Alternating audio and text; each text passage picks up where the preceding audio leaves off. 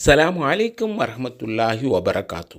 சகோதர சகோதரிகளே, இதனுடைய முதல் பகுதியில் நாம் அரபு எழுத்துக்களாகிய அந்த அலிஃப் பே தே சே அப்படிங்கிறத நாம் அறிமுகப்படுத்தியிருந்தோம், விளக்கியிருந்தோம். சரிங்களா?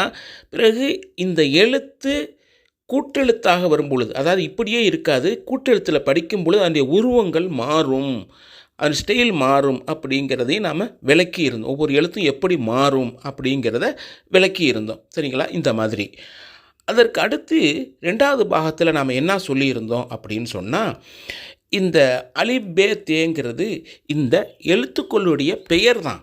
பேங்கிறது அந்த எழுத்தோட பேர், தேங்கிறது அந்த எழுத்தோட பேர், உச்சரிப்பு கிடையாது. இப்போ இந்த அலிஃப் பே தேங்கிற அரபு எழுத்துக்களுக்கு உச்சரிப்பு வரணும்னா அந்த எழுத்துக்கு மேலேயும் கீழேயும் சில குறிகள் வர வேண்டும். அப்பொழுது தான் அதற்கு உச்சரிப்பு வரும் அப்படின்னு நம்ம சொல்லியிருந்தோம். அடுத்து 3வது பாகத்தில் இந்த குறிகளில் முதல் குறியாகிய அந்த ஜபர் அப்படிங்கிற அந்த மேலே கோடு போட்டிருக்குல்ல, அதை போட்டு நாம் விளக்கியிருந்தோம். அதை எப்படின்னு கேட்டால், இப்போ தமிழ் இருக்கா இல்லையா, தமிழில் சேங்கிறது அது எழுத்தோட பேரும் அதான், உச்சரிப்பும் அதான். உதாரணத்திற்கு கானா டானா இல்லைன்னா போட்டால், அதாவது க ட இல் எழுத்து எதுவோ உச்சரிப்பும் அதான். ஆனால் ஏபிசிடியில் இங்கிலீஷில் எழுத்தில் உள்ள ஏபிசிடி இருக்காது, அப்படி கிடையாது. ஏபிசிடிங்கிறது அந்த எழுத்தோட பேர். சரிங்களா? அப்போது அந்த எழுத்தோட பக்கத்தில், ஒவ்வொரு எழுத்துக்கும் பக்கத்தில் இன்னொரு எழுத்து சேரும்போது தான் அந்த இங்கிலீஷில் உள்ள எழுத்துக்கு உச்சரிப்பு வரும். உதாரணமாக பி இருக்குன்னா பி தான், அதுக்கு பக்கத்தில் ஒரு ஏ வரும்போது அது என்ன செய்யும், ப அப்படின்னு ஒரு உச்சரிப்பு வரும். எம் இருக்குன்னா எம்மு தான், அதுக்கு பக்கத்தில் ஒரு ஏ வரும்போது தான் ம அப்படிங்கிற உச்சரிப்பு வரும். சரிங்களா? அதை நம்ம உதாரணமாக சொல்லியிருந்தோம். அந்த மாதிரி தான் அந்த அலிஃப் பேங்கிற அந்த அரபு எழுத்துக்களுக்கு மேலே ஒரு கோடு, அதாவது ஜபர் அல்லது ஃபத்தஹ் அப்படின்னு சொல்லக்கூடிய அந்த குறி வந்தால் தான் உச்சரிப்பு வரும். அ ப த ச ஜ ஹ ஹ த த ர ஸ ச ஷ ஸ ல த ல அ க ஃப க க ல ம ந வ ஹ அ ய.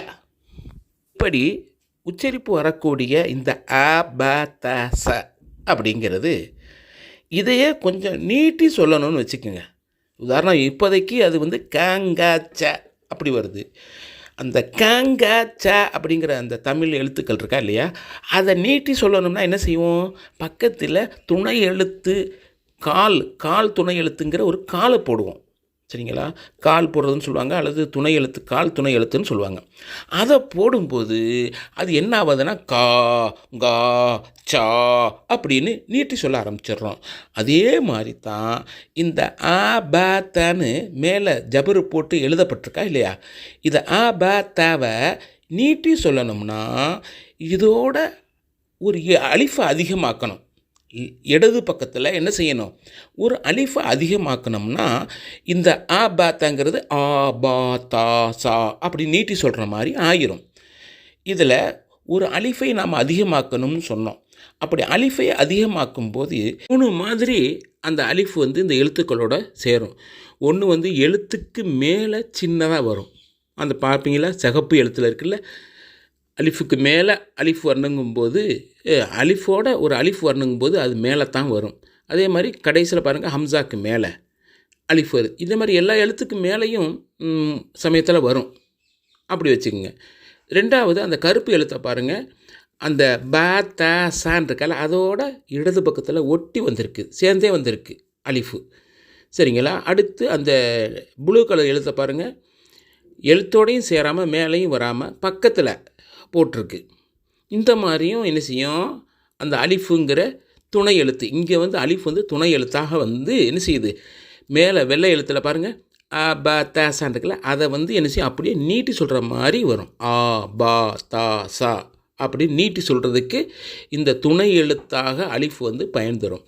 ஒரு விஷயத்தை நம்ம விளங்கிக்கணும், இந்த அலிஃபை கொண்டு எழுத்தை நீட்டுதல் அப்படிங்கிறது இந்த ஜபர் உள்ள எழுத்துக்கு மட்டும்தான் நீட்டுறதுக்கு பயன் தரும். ஜபர் உள்ள எழுத்தை நீட்டணும்னா அங்கே அலிஃபு வரும். அதாவது அலிஃபு வந்தாலே அதற்கு முதல் எழுத்துக்கு ஜபரு தான் வரும் அப்படின்னு விளங்கிக்கணும்.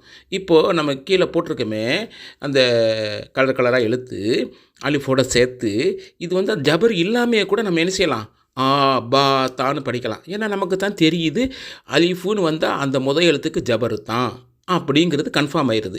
எனவே இந்த ஜபரே இல்லாமல் எழுதுனா கூட நம்ம என்ன செய்யணும், ஆ பா தா சா அப்படின்னு வரணும். இப்படி தான் ஒவ்வொன்றா சொல்லுவேன் நான். அதாவது ஜபர்ஜேரே இல்லாமல் கூட படிக்கக்கூடிய அளவுக்கு ஓதக்கூடிய அளவுக்கு நம்ம வரலாம். சரிங்களா? பாருங்கள், ஆ பா தா சான்னு வருதா இல்லையா, அந்த பாடத்துக்கான உதாரணம் கீழே எழுதியிருக்கிறோம். வார்த்தை உதாரணம், அதை வார்த்தையாக அமைக்கிறது எப்படி அப்படிங்கிறத. இப்போது மஞ்சள் எழுத்தில் உள்ளது வந்து பூரா உதாரணம்.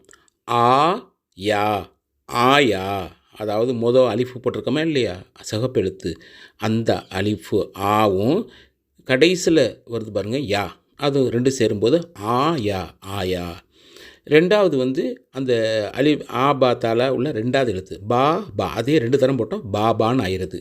அதற்கு அடுத்து தா தா தாத்தா, மா மா மாமா, கா கா காக்கா, வா யா வாயா, ரா ஜா ராஜா, கா ஜா காஜா, பா ஷா பாஷா, மா லா மாலா.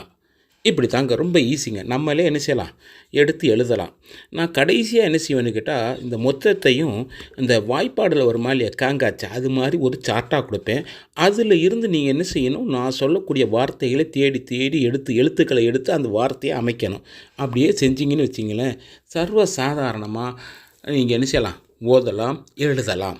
சரிங்களா? இன்ஷா அல்லாஹ் இதற்கு அடுத்த பகுதியில் அடுத்த குறி. இப்போ வந்து நம்ம என்ன செஞ்சோம், என்ன வந்திருக்கோம், ஜபரு போட்டு ஒரு பாடம் நடத்தணும், ஆ பா தான்னு. அந்த ஆ பா தாங்கிற பாடத்தை ஆ பா தா அப்படின்னு எப்படி நீட்டி சொல்கிறதுங்கிறதையும் நாம் விளக்கி இருக்கிறோம். இதற்கு அடுத்த பகுதியை வந்து என்ன செய்வோம், நம்ம வேறு வேறு குறிகள் கொண்டு எப்படி சொல்லலாம் அப்படிங்கிறத நம்ம இன்ஷா அல்லாஹ் பார்ப்போம். சரிங்களா? எல்லா இதற்கு முன்னுள்ள 3 வீடியோக்களுடைய லிங்க்கு இதில் கொடுக்குறேன், அதையும் பாருங்கள். சும்மா திருப்பி திருப்பி பாருங்கள், போதும், தானாகவே வரும். உங்களுடைய ஆசையும் ஆர்வமும் நிச்சயமாக அல்லாஹ் அறிந்தவன் உங்களுக்கு இலகுவாக ஆக்குவான்.